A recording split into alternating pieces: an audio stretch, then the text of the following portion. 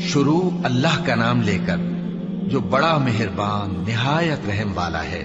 الف لام میم۔ کیا لوگ یہ خیال کیے ہوئے ہیں کہ صرف یہ کہنے سے کہ ہم ایمان لے آئے چھوڑ دیے جائیں گے اور ان کی آزمائش نہیں کی جائے گی؟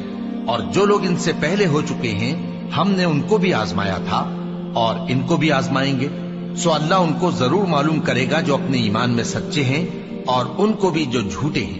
کیا وہ لوگ جو برے کام کرتے ہیں یہ سمجھے ہوئے ہیں کہ یہ ہمارے قابو سے نکل جائیں گے؟ جو فیصلہ یہ کرتے ہیں برا ہے۔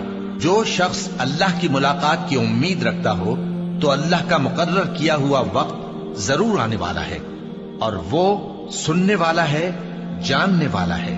اور جو شخص محنت کرتا ہے تو اپنے ہی فائدے کے لیے محنت کرتا ہے، بے شک اللہ تو سارے جہان سے بے نیاز ہے۔ اور جو لوگ ایمان لائے اور نیک عمل کرتے رہے ہم ان کے گناہوں کو ان سے دور کر دیں گے اور ان کو ان کے اعمال کا بہت اچھا بدلہ دیں گے۔ اور ہم نے انسان کو اس کے ماں باپ کے ساتھ نیک سلوک کرنے کا حکم دیا ہے۔ اے مخاطب، اگر تیرے ماں باپ تجھے مجبور کریں کہ تو میرے ساتھ کسی کو شریک بنائے جس کی حقیقت کی تجھے واقفیت نہیں تو ان کا کہا نہ مانیو۔ تم سب کو میری طرف لوٹ کر آنا ہے، پھر جو کچھ تم کرتے تھے میں تم کو جتا دوں گا۔ اور جو لوگ ایمان لائے اور نیک عمل کرتے رہے ان کو ہم نیک لوگوں میں داخل کریں گے۔ اور بعض لوگ ایسے ہیں جو کہتے ہیں کہ ہم اللہ پر ایمان لائے، پھر جب ان کو اللہ کے راستے میں کوئی ایذا پہنچتی ہے تو لوگوں کے ایذا پہنچانے کو یوں سمجھتے ہیں جیسے اللہ کا عذاب۔ اور اگر تمہارے پروردگار کی طرف سے مدد پہنچے تو کہتے ہیں کہ ہم تو تمہارے ساتھ تھے۔ کیا جو اہل عالم کے سینوں میں ہے اللہ اس سے واقف نہیں؟ اور اللہ ان کو ضرور معلوم کرے گا جو سچے مومن ہیں، اور وہ منافقوں کو بھی معلوم کر کے رہے گا۔ اور جو کافر ہیں وہ مومنوں سے کہتے ہیں کہ ہمارے طریقے پر چلو اور ہم تمہارے گناہ اٹھا لیں گے، حالانکہ وہ ان کے گناہوں کا کچھ بھی بوجھ اٹھانے والے نہیں۔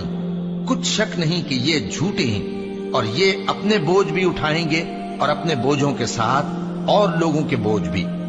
اور جو جھوٹ یہ لوگ گھڑتے رہے قیامت کے دن ان کی ان سے ضرور پرسش ہوگی۔ اور ہم نے نوح کو ان کی قوم کی طرف بھیجا تو وہ ان میں 50 برس کم 1000 برس رہے۔ پھر ان لوگوں کو طوفان کے عذاب نے آ پکڑا اور وہ ظالم تھے۔ پھر ہم نے نوح کو اور کشتی والوں کو نجات دی اور کشتی کو اہل عالم کے لیے نشانی بنا دیا۔ اور ابراہیم کو یاد کرو جب انہوں نے اپنی قوم سے کہا کہ اللہ کی عبادت کرو اور اس سے ڈرو، اگر تم سمجھ رکھتے ہو تو یہ تمہارے حق میں بہتر ہے۔ تم تو اللہ کو چھوڑ کر بتوں کو پوجتے اور جھوٹی باتیں بناتے ہو۔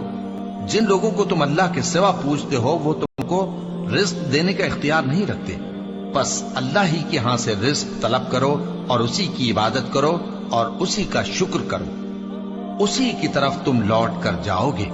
اور اگر تم جھٹلاتے ہو تو تم سے پہلے بھی امتیں اپنے پیغمبروں کی تکذیب کر چکی ہیں، اور پیغمبر کے ذمے کھول کر سنا دینے کے سوا اور کچھ نہیں۔ کیا انہوں نے نہیں دیکھا کہ اللہ کس طرح خلقت کو پہلی بار پیدا کرتا ہے پھر کس طرح اس کو دوبارہ پیدا کرے گا؟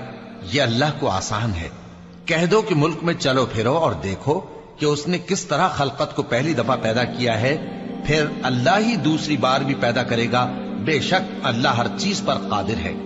وہ جسے چاہے عذاب دے اور جس پر چاہے رحم کرے، اور اسی کی طرف تم لوٹائے جاؤ گے۔ اور تم اس کو نہ زمین میں عاجز کر سکتے ہو نہ آسمان میں، اور نہ اللہ کے سوا تمہارا کوئی دوست ہے اور نہ مددگار۔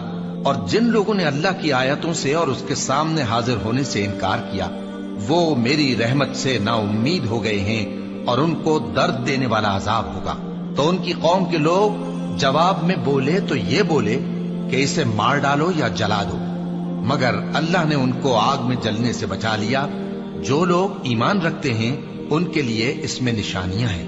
اور ابراہیم نے کہا کہ تم جو اللہ کو چھوڑ کر بتوں کو لے بیٹھے ہو تو دنیا کی زندگی میں باہم دوستی کے لیے، مگر پھر قیامت کے دن ایک دوسرے کی دوستی سے انکار کر دو گے اور ایک دوسرے پر لعنت بھیجو گے، اور تمہارا ٹھکانہ دوزخ ہوگا اور کوئی تمہارا مددگار نہ ہوگا۔ بس ان پر ایک لوط ایمان لائے اور ابراہیم کہنے لگے کہ میں اپنے پروردگار کی طرف ہجرت کرنے والا ہوں، بے شک وہ غالب ہے، حکمت والا ہے۔